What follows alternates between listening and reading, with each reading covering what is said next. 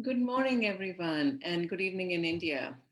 Metabolic syndrome is a group of conditions that affect approximately 23% of adults.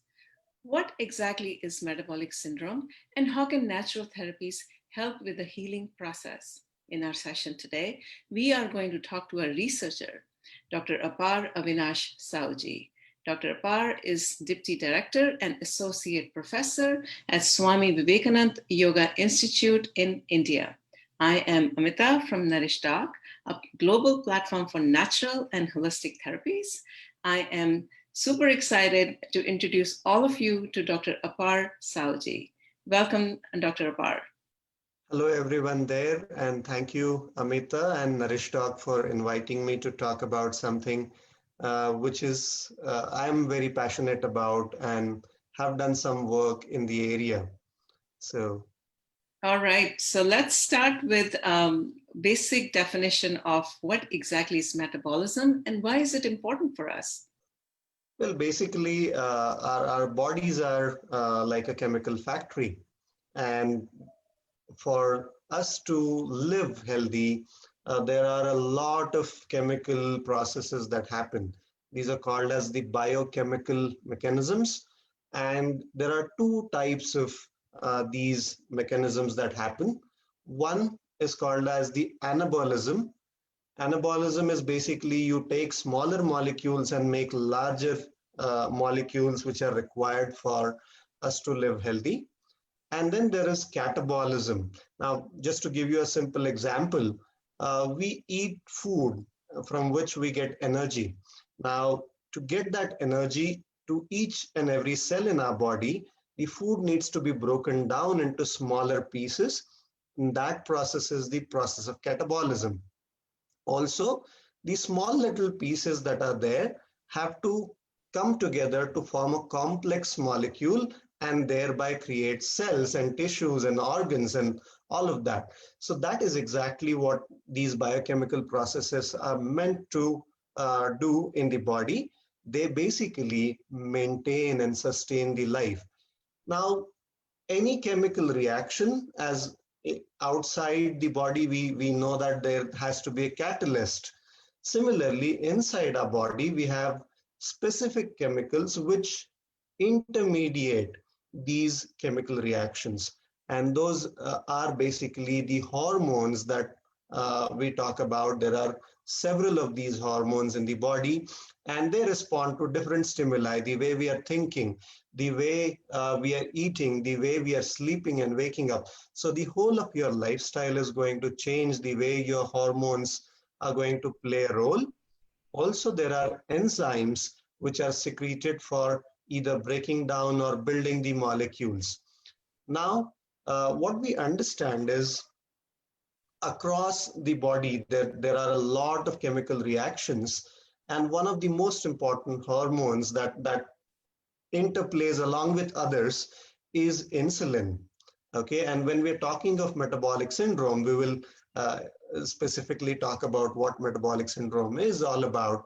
But it affects large number of people across the world, just like what you were telling, Amita, about 25% of the people globally are affected by metabolic syndrome. And the way insulin reacts in our body and the way our body cells are able to take insulin and use it, that determines whether we remain healthy or have the tendency for metabolic syndromes. So let's talk a little bit about what is involved and, when someone is diagnosed with metabolic syndrome, what exactly it entails. Well, basically, there are very important chemical processes that happen in the body, which one of the things is going to be the body lipids. We have the cholesterol, which essentially mediates the transport of fat in the body.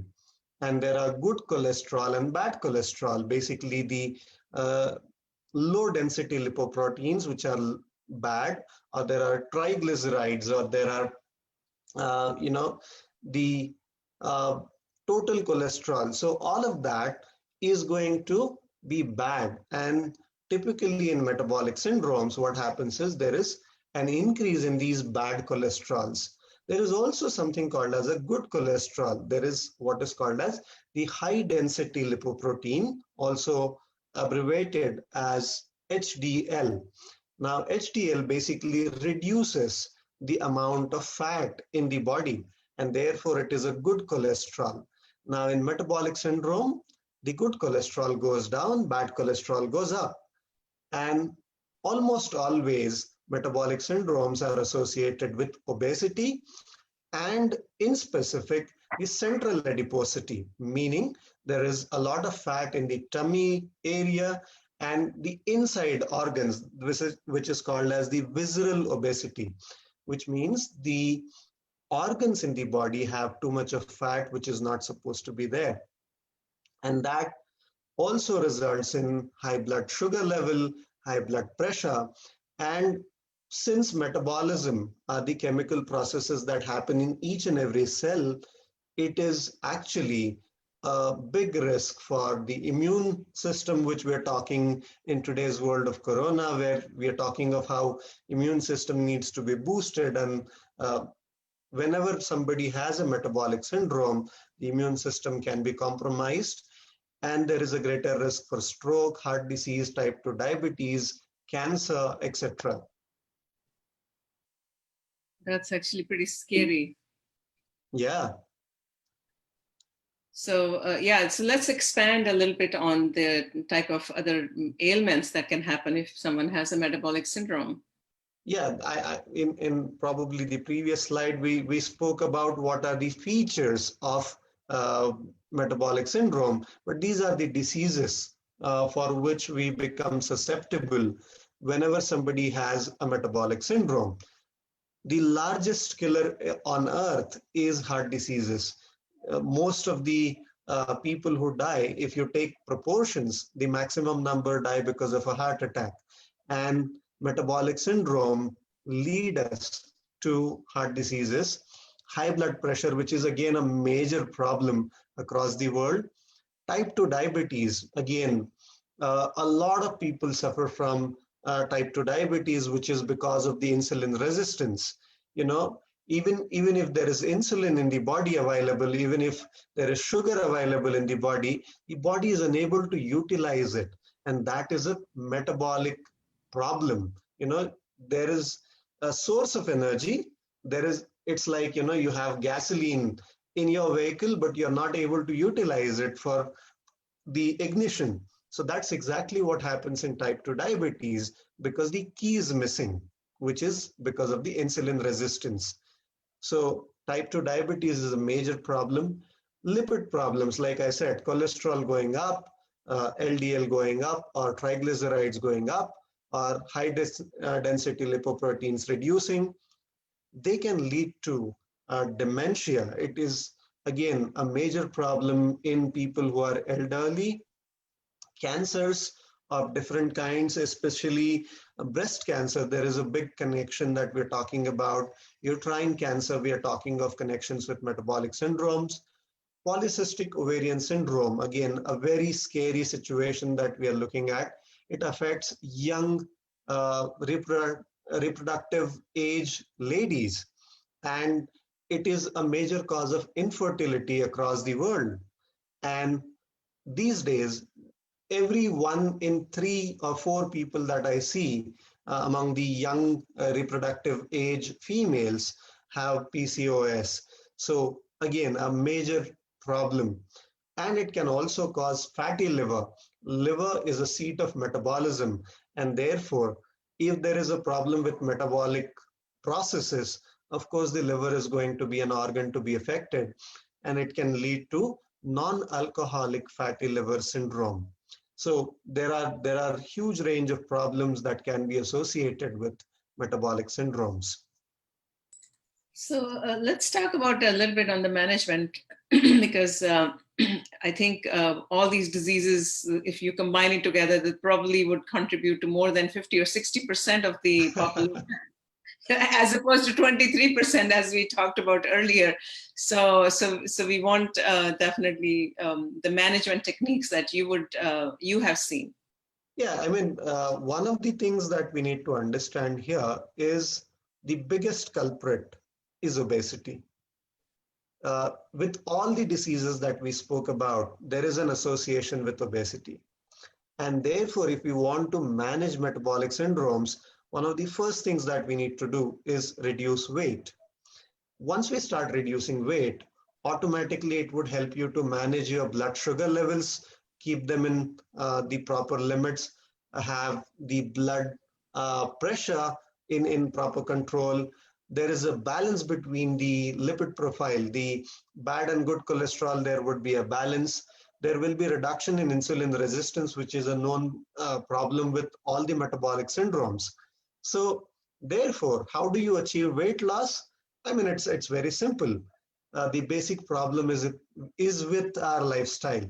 You know, if we manage our diet well, and if we are able to exercise optimally, that is going to take care of most of these problems. But I'm not saying that it works like magic. There might be requirement of medications based on the condition with which you are approaching to a physician. So your physician may like you to have some medicines to control your blood sugar or blood pressure or cholesterol, etc. But primarily, what you need to do is whether with medicines or without medicines, you must have lifestyle modifications, which is going to be your working at your diet and improving your exercise. Also, something that I have not mentioned in this slide is stress management. What we understand is the hormones in the body are related to the psychological stress. There is something called a endocrine axis. Now, this particular axis is how your thought process affects the chemicals in the body. Okay, and therefore, the moment we are stressed, automatically the chemicals that will increase the blood sugar level is going to go up in the body. Automatically, the insulin resistance is going to come down. And also, whenever we are stressed, we end up eating a lot and end up eating unhealthy, and therefore working at stress levels is going to be the key. And therefore, lifestyle modification, whether with medicines or without medicines, will be a must to manage metabolic syndrome.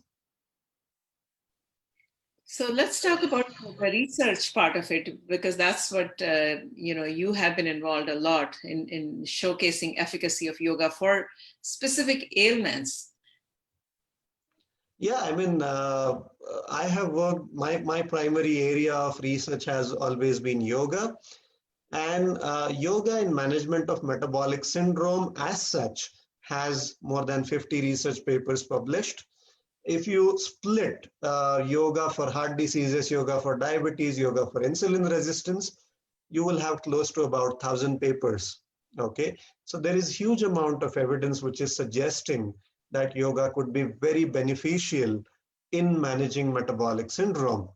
Now, there was a study which came up recently which demonstrated that people who did 12 weeks of yoga practice, they performed better than only dietary interventions. Now, what I was talking in the previous slide was diet is going to be an important area to work on whenever we want to manage metabolic syndrome. But when you combine yoga with the dietary managements, the efficacy of management is going to be way higher. And that is again something that we have seen. The couple of papers that are quoted in the last row here are works of my colleagues, Dr. Swati and a couple of other colleagues. We published a study in 2017. Very recently, we published another study by Tiwari and other people.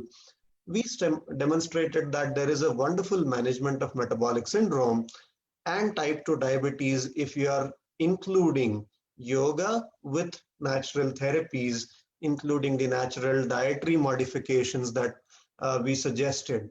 So people could manage their blood sugar levels extremely well, reduce the number of insulin that was required from the outside source. They also reduced on the number of medicines that were required for the condition. They reduced weight. So a lot of benefits were demonstrated by the studies that we could find. So when you said the diet, was there any particular type of diet that you looked at, or was it like a general diet, good dietary habits? Basically, one of the key things is going to be calorie restriction. You reduce the amount of calories. So we included a lot of uh, raw foods, sprouts and salads and fruits and other things. We also tried out fasting therapy, intermittent fasting for these people, but they were again under the care of the physician. They were with us. So I would not suggest you to start doing it on your own. Sure. Rather, take help of a dietitian or a holistic care physician who would be able to decide what is good for you. Start with where you are, and from there modify it to the optimal for you. So it has to be a process. It cannot be an overnight change, because these changes are really long term, and we need to change our dietary habits for lifelong. Okay, and therefore it is going to be a gradual process which we need to learn. Sure, sure. So let's come to yoga, the benefits, and then also we want to talk about the specific, what is it that one should do, specific asanas or specific breathing techniques. So Yeah, I mean, what we have seen with a lot of these researches that I was quoting in the previous slide is that there is definitely evidence that yoga is beneficial in reducing body weight and body mass index, which is basically the indicator of how much is the proportion of the height and weight. We have seen that there is a better hormonal status. Now, this is attributed to a couple of things. Definitely contributing body weight change is going to be one of the things. But second thing is, like I was talking, the stress levels, the psychology level, where you're trying to reduce the stress, is going to have a better hormonal status in the body. So it's not only insulin. We talk of what is called as the leptin, ghrelin, adiponectin, cortisol. So there are several of these chemicals, thyroid levels. So a lot of these levels normalize when we are doing yoga. One of the colleagues of mine who did her PhD in yoga for PCOS could demonstrate that yoga can actually reverse the cystic changes that happen in the ovaries. And that is again attributed to a better hormonal status. Okay. Of course, yoga is going to help in bringing balance in the lipid profiles and the blood sugar levels. There is, again, a number of studies which is going to show that. Like I was talking, the PCOS, we definitely have studies which demonstrate the efficacy of yoga. Hypothyroidism, another major problem that we see today. A huge number of people have hypothyroid, and again, yoga can be very beneficial in hypothyroid as well. And one of the key mechanisms is going to be reducing the psychological stress. So let's talk about yoga. Is it's vast in the sense it has asanas, pranayamas, meditations, mudras. So if one want to get started with that, how would you suggest someone to start with? Yeah, I mean, one thing is it would depend on what kind of health problem is associated with metabolic syndrome, and the yoga regime might differ slightly for different people. Say you have high blood pressure, then the yoga practices should be targeting that first. Uh, Essentially, we need to reduce weight, that is the baseline, but you cannot have very fast dynamic practices when you have high blood pressure.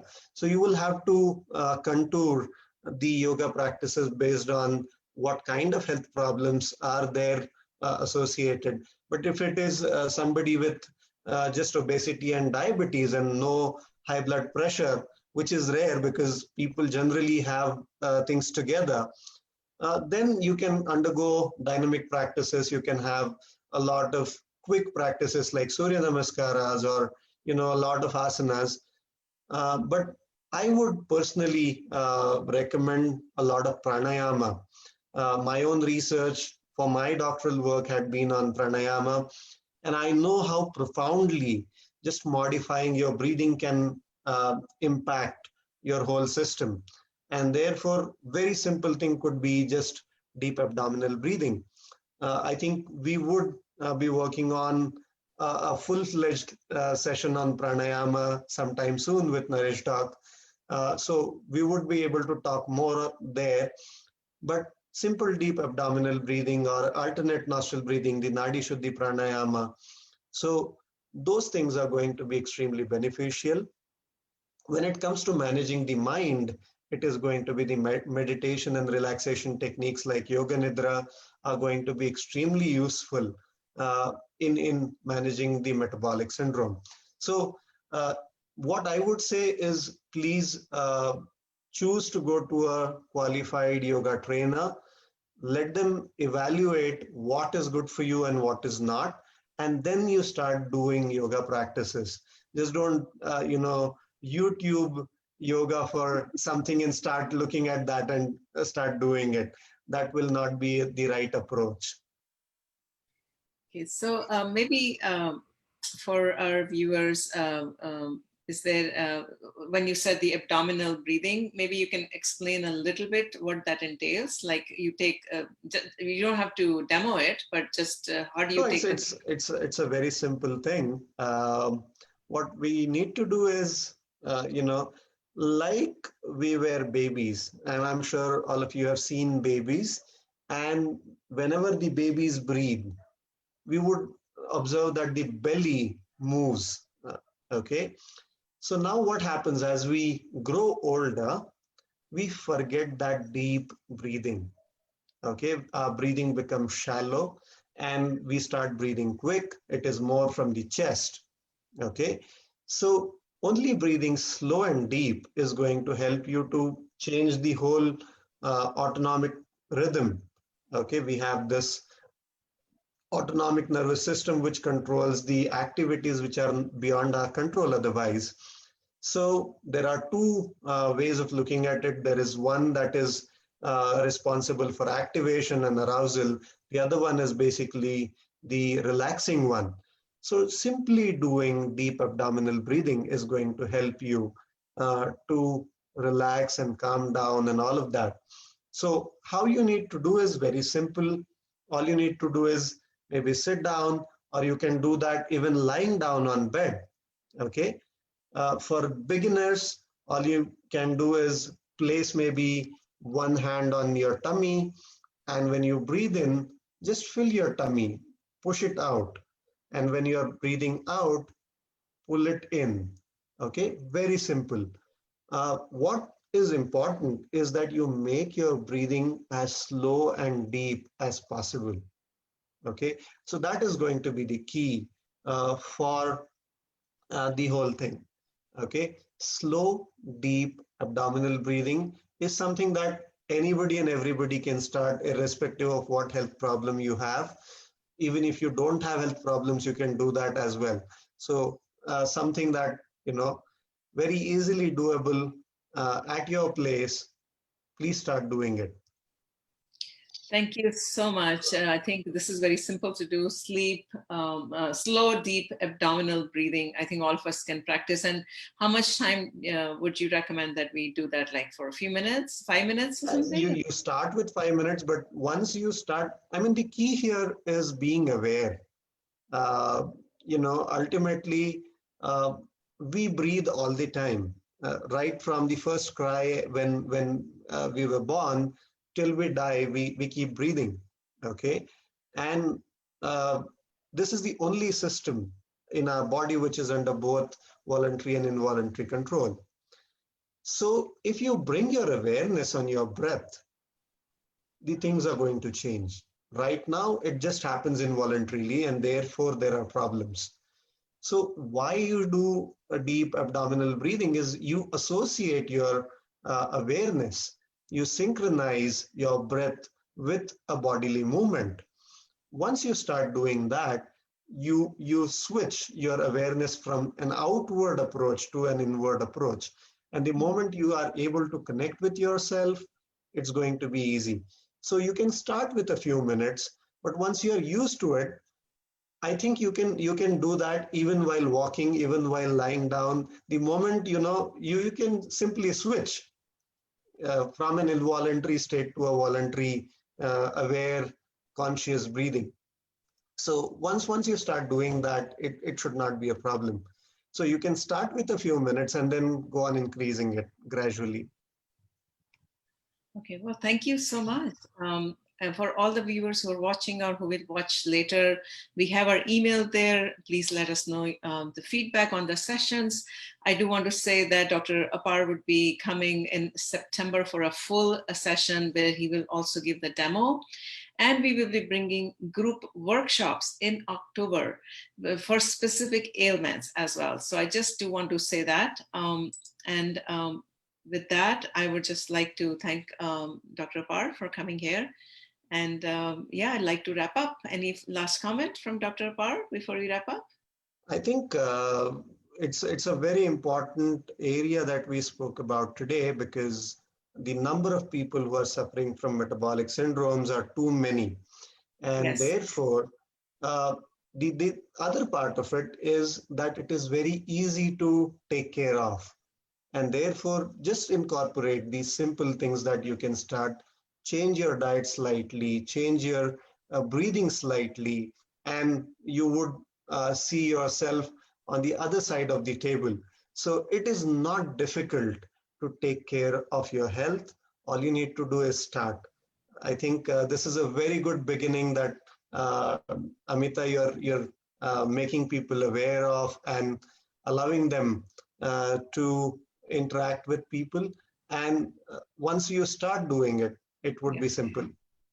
I agree with you. I think a lot of people are not aware that this can change. And that's what both of us, all of us are trying to do, that to showcase the efficacy of natural therapies, which people are not aware of. With that thought, we would like to wrap up. Thank you so much, and have a great day, Dr. Apar. And thank you, all the viewers.